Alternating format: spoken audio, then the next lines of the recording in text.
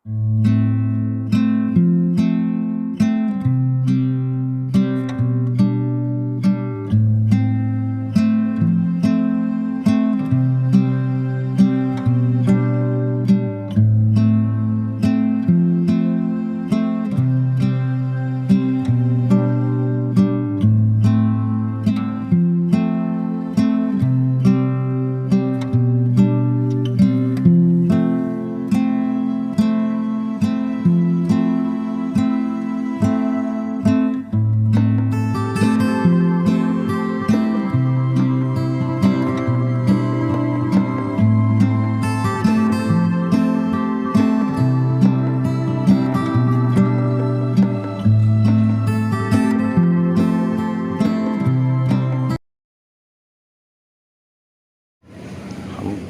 2 bulan honorium tugas PPK panitia pemilu kecamatan ataupun PPK belum juga menerima honornya, belum dibayar.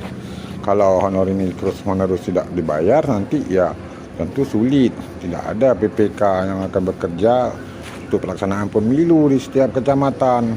Dampaknya tentu bisa-bisa kalau honor nggak dibayar, pemilu ini bakal ditunda untuk tahun 2024 mendatang. Penundaan ini menurut informasi katanya ada peninjauan terhadap petunjuk operasional kegiatan atau di Kementerian Keuangan yang terkait dengan DIPA untuk KPU. Kalau nanti itu udah beres, mungkin honor akan dibayar, akan diterima di rekening PPK masing-masing. Tapi kalau nggak dibayar ya tentu ya nggak ada yang menyelenggarakan pemilu. Maka kalau nggak ada menyelenggarakan pemilu ya bisa ditunda pemilunya. Seperti itu informasi yang beredar saat ini. Yang perlu dipikirkan, honor ini perlu segera diselesaikan dan dibayar supaya pemilu 2024 bisa berjalan lancar. Itu harapan semua pihak. Agar pemilu ini berjalan lancar, honor PPK perlu segera dibayar. Jelas, kalau nggak dibayar ataupun telat-telat bayar, nanti orang malas bekerjanya, nggak rajin untuk penyelenggaraan pemilu, bisa berakibat pelaksanaan pemilu tahun 2024 mendatang saja ditunda kalau honor PPK nggak dibayar-bayar. Itu informasi yang beredar.